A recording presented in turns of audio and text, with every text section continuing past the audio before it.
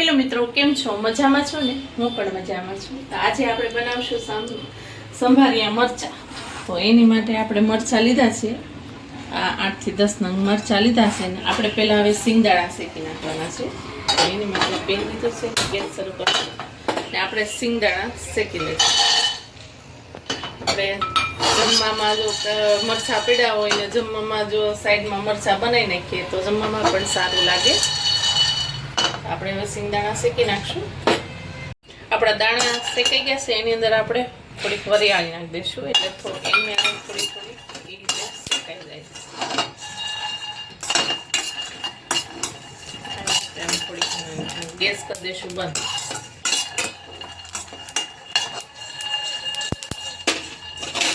હવે એને આપણે પ્લેટમાં લઈ લઈશું.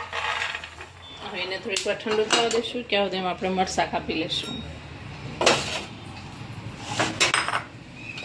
ધોઈ નાખ્યા છે ને પછી લૂસી નાખ્યા છે. આપણે એને આવી રીતે આમ કટ કરીશું. જો તમારે મોળા જ મરચાં લેવાના, આ થોડાક મીડિયમ તીખા છે ને તમારા ઘરમાં તીખું ન ખાતા હોય તો તમે મોળા પણ મરચાં લઈ શકો છો. આ મીડિયમ છે. આવી રીતે આપણે બધા મરચાં કાપી નાખશું. આપણા મરચાં બધા કપાઈ ગયા છે. હવે આપણે એને એક બાઉલમાં લઈ લઈશું. એવી રીતે આમ કરવાનું એટલે બિયા હોય એ બધા ખરી જાય. તમારે ઘરે કોઈ તીખું ન ખાતા હોય તો તમે મોળા મરચાં પણ લઈ શકો. ને જમવાનો સ્વાદ એવો વધારી દઈને, જમવા બેઠા હોય ને જો આ બાજુમાં હોય એટલે 2 રોટલી વધારે જાય. બધી લીધા છે આપણે. હવે અહીંયા આપણે તેલ મૂકી દઈશું.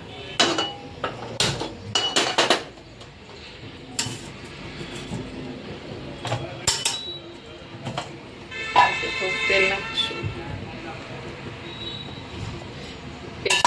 2 થી 3 ચમચી જેટલું. ને જે આપણે સિંગદાણા અને વરિયાળી જે શેકી છે ને એને આપણે ખાંડી લઈશું. આપણું તેલ ગરમ થાય ને ત્યાં સુધીમાં આપણે આને ખાંડી નાખીશું. આપણે સિંગદાણાનો અને વરિયાળીનો ભૂકો કરી નાખ્યો, કસરો જ ભૂકો કરવાનો. ને અહીંયા આપણે સાઈડમાં તેલ આવી ગયું છે, તો એમાં આપણે થોડું રાઈ જીરું નાખશું, થોડી હિંગ નાખશું ને હવે આ મરચાં નાખીશું. મરચાં નાખી દેવું એટલે ઉડે નહીં આપણે. ને હવે આપણે એને હલાવી નાખીશું.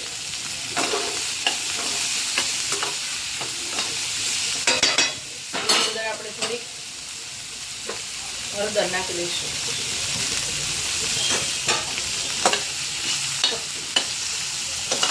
ને હવે એને આપણે ઢાંકીને થોડીક વાર સડવા દઈશું. આપણે એને એકવાર હલાવી લઈશું. એને જો ધીમો જ ગેસ રાખવાનો, ધીમા ગેસે એને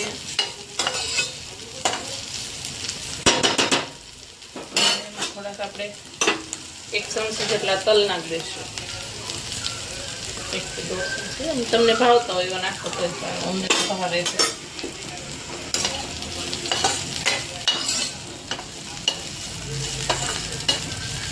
હવે પાછા એને થોડીક વાર ઢાંકીને થવા દઈશું. ધીમો ગેસ રાખવાનો, ફૂલ ગેસ કરવાનો જ નથી. આપણા મરચાં થઈ ગયા છે. આપણે હવે એમાં મીઠું નાખશું.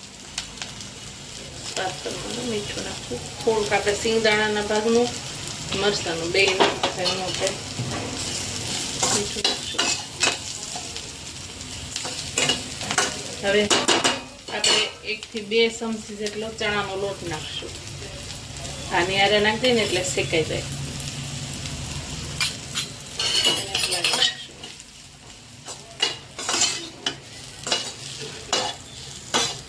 આની આરે નાખી દઈએ એટલે શેકાઈ જાય ને.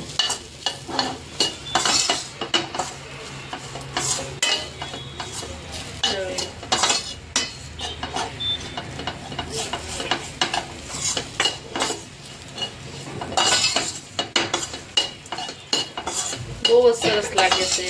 આપણે જમવામાં સાથે હોય ને તો દાળ ભાત શાક રોટલી સાથે કે શાક રોટલી બનાવ્યા હોય, કઢી ભાત બનાવ્યા એમની સાથે બધાની સાથે બહુ મસ્ત લાગે છે. ને હવે આ જે આપણે સિંગદાણાનો વરિયાળીનો જે ભૂકો કર્યો ને એ નાખી દઈશું.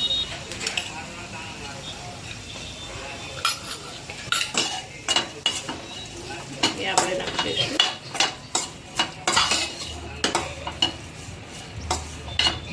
હવે ઘડીકાને આપણે સણા લોટને નાને શેકાવા દઈશું.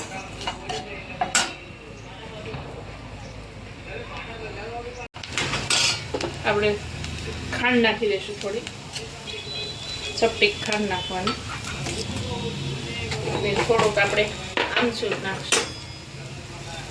લીંબુનો રસ નાખવો હોય તો નાખાય, આમચૂર નાખશું. આમચૂર મિક્સ કરી લઈશું.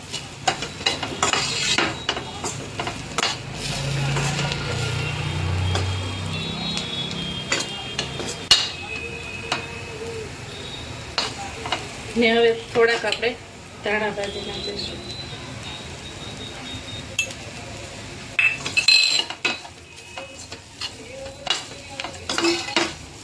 આપણા મરચાં છે તૈયાર. આપણે એક પ્લેટમાં કાઢી લઈશું. આપણે ગેસ બંધ કરી દીધો છે ને હવે આપણે સર્વ કરી દઈશું.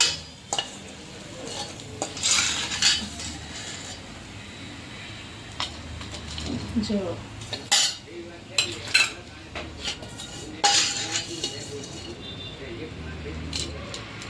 એકદમ સૂટા સૂટા અને મસાલેદાર આપણા મરચાં તૈયાર થઈ ગયા છે.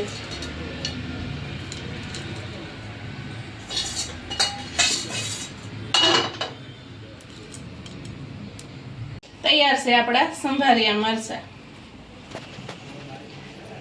જો તમને મારી રેસીપી સારી લાગી હોય તો લાઈક કરો, શેર કરો, સબસ્ક્રાઇબ કરો. ભલે મિત્રો, બાય.